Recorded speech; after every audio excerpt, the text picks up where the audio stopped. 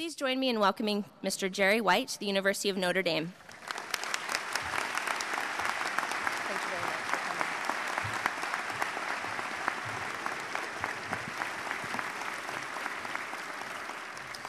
Thank you, Christina. Can you all hear me okay?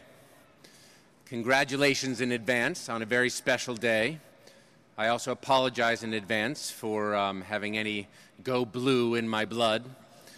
But I'm here actually today on a pilgrimage of sorts, and that's the theme of my remarks. But first of all, I'd like to ask my mother, Mimi White, to stand up and just come to the corner of the stage. Not too close, Mimi. Come on. I knew she'd appreciate the kind words being said about me.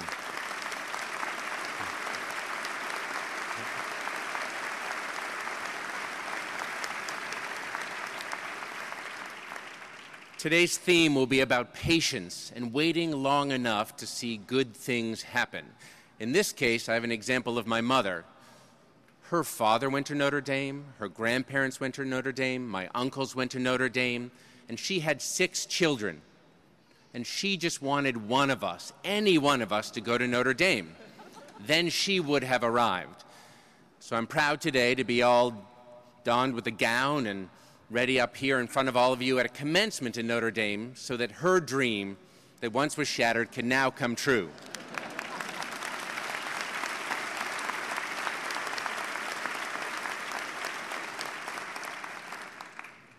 Very proud of her. When I think of what she started to talk about on Notre Dame when I said I was coming to talk and would she come join, she just waxed eloquent about all the games she used to come to when she would drive from Winnetka, Illinois, where she was being raised, to visit her favorite person in the world, her grandfather, who lived on Washington Ave here and grew up in South Bend. And the real credential I have was not that I have an MBA, but actually that my grandfather played football for Notre Dame. Not bad.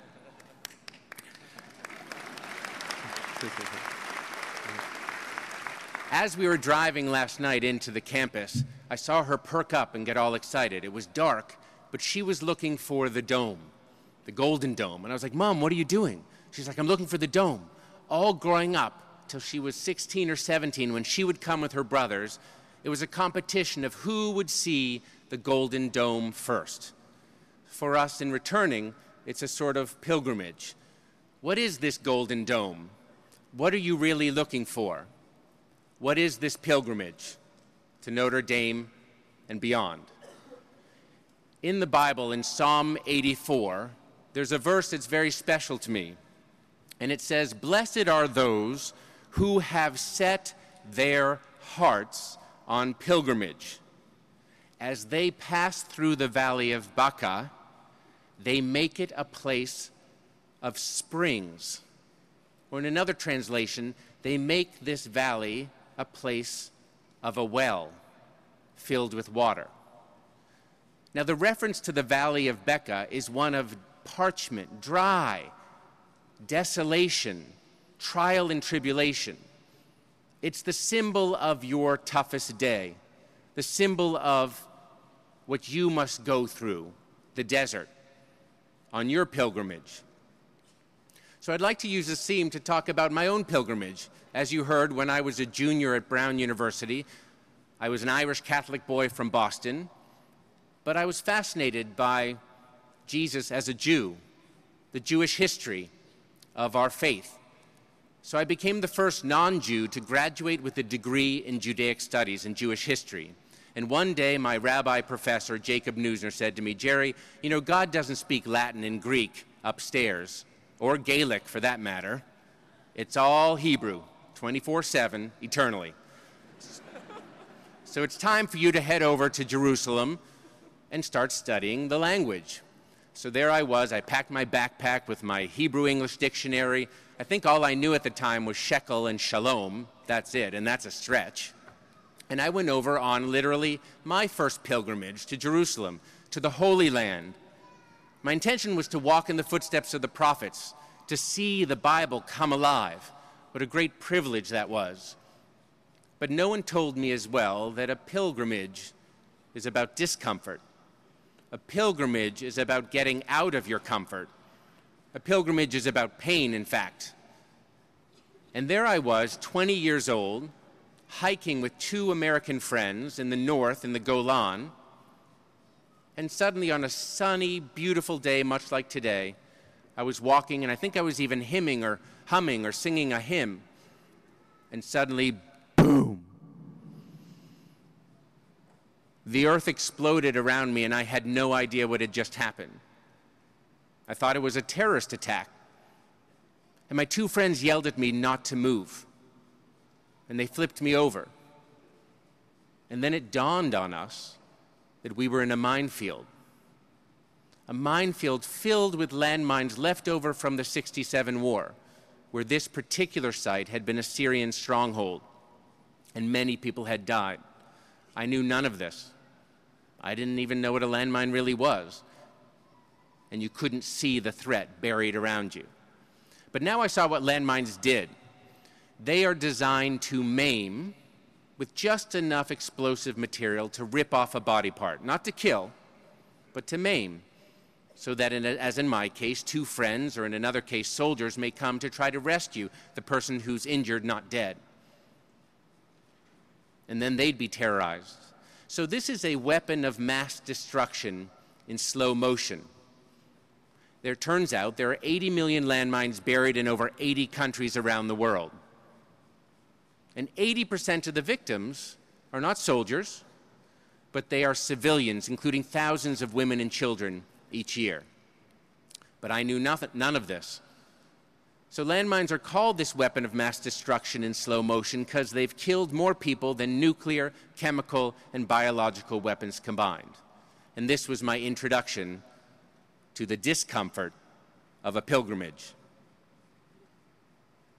I spent about 6 months in a hospital in Tel Aviv. In fact, there was a lot of pressure from my extended Irish Catholic family to bring me home to Boston. In fact, my father was president of a hospital there, and I had some friends and cousins calling saying, "Jerry, there are plenty of good Jewish doctors here in Boston. You don't need to stay in Israel." But I knew it was strangely normal there to stay in a room where guys my age were blown up and missing arms, legs, eyes. So if you're going to step on a landmine, I do recommend you do it in Israel because you have the best trauma care in the world. So what did I learn that might be relevant to you? What have I learned, not only from that point in 1984, but actually traveling the world to find survivors who leave victimhood behind? So after traveling all around the world in war-affected, mine-affected countries, I started to note that there was a category of victim, a victim mentality, an addiction to victimhood in the world, where people got stuck in the past. And that's the opposite of a pilgrimage, where you must move forward. Beware of getting stuck. Beware of victim mentality. In this country, in the United States, you may have heard that every 2 seconds, there's another lawsuit. If someone's been wrong, someone has to pay. We're entitled. So victim mentality, what is that? What are the hallmarks of victimhood that you should be watching out for, the symptoms? Well, living in the past, you get stuck on your worst day. Or even you could get stuck on your best day. Were you prom queen or king or a quarterback? Are you living and romanticizing the past? That's a form of victimhood. Don't stay there. Do you feel sorry for yourself? Do you hear yourself whining? Are you a little complaining you didn't get ahead? Do you resent others, their good fortune even, and not able to fully celebrate with them? Do you blame others? That's another hallmark. It's not my fault. Looking left and right, but not at yourself or in your soul. And do you take more than you give? The number one hallmark of victimhood, besides being stuck or living in the past, is being a taker, netting negative. So there's that crowd, and you see them all around the world. We see them in the United States as well as Rwanda and Bosnia and Vietnam, no matter where you go.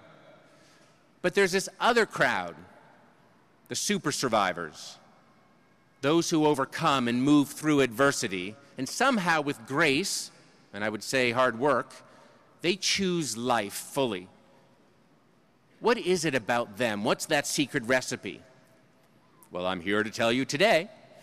There are 5 main ways. I'll move very quickly. The way you're going to move on a pilgrimage through your Becca Valley, your desolation, your trials, your hardships, things not always going your way, and figuring out how to actually become a survivor leader, a true pilgrim on the path to the Golden Dome. Number 1, face facts. Sometimes awful things happen. In my case, I had to face the fact that my leg was never going to grow back, that I'm not a starfish, and it took me, frankly, about 2 years to realize that. It's done. This thing has happened and I can't change it. My hair's not growing back either. Even more traumatic than the leg. Number 2, choose life. That's as old as Deuteronomy. Choose life, not death, this day, so that it will be well with your soul. Survivorship, your pilgrimage, is a choice. It's how you will frame and think about things. Choose life. Believe, have hope, have faith. Don't have to be that religious, but it's a mindset to know that your life does not have to be defined by your worst moment, your death valley. But you can choose to reframe that and move forward. Choose it, seize it. Number 3, reach out. No one, none of you, survives alone. Whether it be getting your MBA and you have to do a lot of teamwork, or out in the real world, or up until now, who brought you here? There's no such thing as a self-made man or woman. We love that myth in America. It's just not real. You all are a product of teamwork. Reach out. When I was in the hospital in Israel, I was all alone, I thought. I really wasn't thinking about my family praying for me, or churches, or a whole host of witnesses who were supportive. And a guy came into my hospital room and he walked by my bed and he had a perfect gait. He was wearing blue jeans. He said, "You know what? I too lost my leg to a landmine in Lebanon during the war. Can you tell which leg it is?" And he walked so smoothly and perfectly by my bed that I really couldn't tell. And he looked at me in the eye and he said, "That's my point, that your problem is not down there. It's all up here and in here." And then he asked whether I had my knee still, so I could have flexibility, play tennis, and run. Yes. Could I still have children, given the nature of the minefield blasts? Well, I have 4 kids, so you can relax. And he goes, "You know what you have? You have a nose cold. You'll get over it." It's like, ooh, tough Israeli love. But that was a breaking of isolation where I thought I was alone. I didn't know what it meant that I had lost a leg. Did I lose my life? No. He reached out, and I learned to reach out. And around the world now we've done 150,000 of these peer visits in hospitals and homes in war-affected countries to make sure that people suffering realize they are not, never, alone in the universe. So number 4, get moving. You guys are about to move out of here. Move on with your lives. I remember the first time I was put in a wheelchair after that hospital stay, and I sat there expecting someone to push me. And that Israeli nurse looked down at me and she laughed, and she says, "If you want to move, push yourself." Moving matters. It's physical, it's emotional, it's spiritual. Getting motion forward, fluid, flow, grace. That's what you need. And life will bring you all sorts of things. Your things, not mine. And you'll have to bear it with grace. And the only way you'll do it is by facing facts, by choosing life, by reaching out to others, by moving forward. And lastly, by giving back. In all of the research on resilience and overcoming, really the secret ingredient for this recipe is in giving. Remember, that's the antithesis of the victim, the taker. Those people who move forward that we admire as survivor leaders are those who give in small ways, big ways, anonymous ways, grace-filled ways throughout their life. It's like that peer visitor who gave of his time to make sure I was okay in that hospital bed. It's how you've given to each other. It's how your parents have sacrificed and given to you, and how you will do the same for yours and for this world. So right now you face a valley of Baca. The world's not what it was, nor should it be. And it is presenting you with new obstacles and challenges that may make this next generation a rather tough spot to be.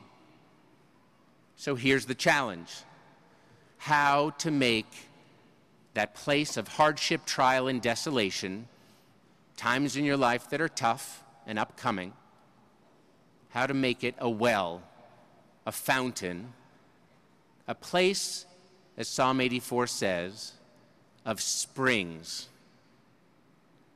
So I challenge you to do so, to go forward in search of this golden dome, to pass through the valleys, and to make these spots, these dry patches, converted and transformed into springs that will give and pay it forward for years and decades to come.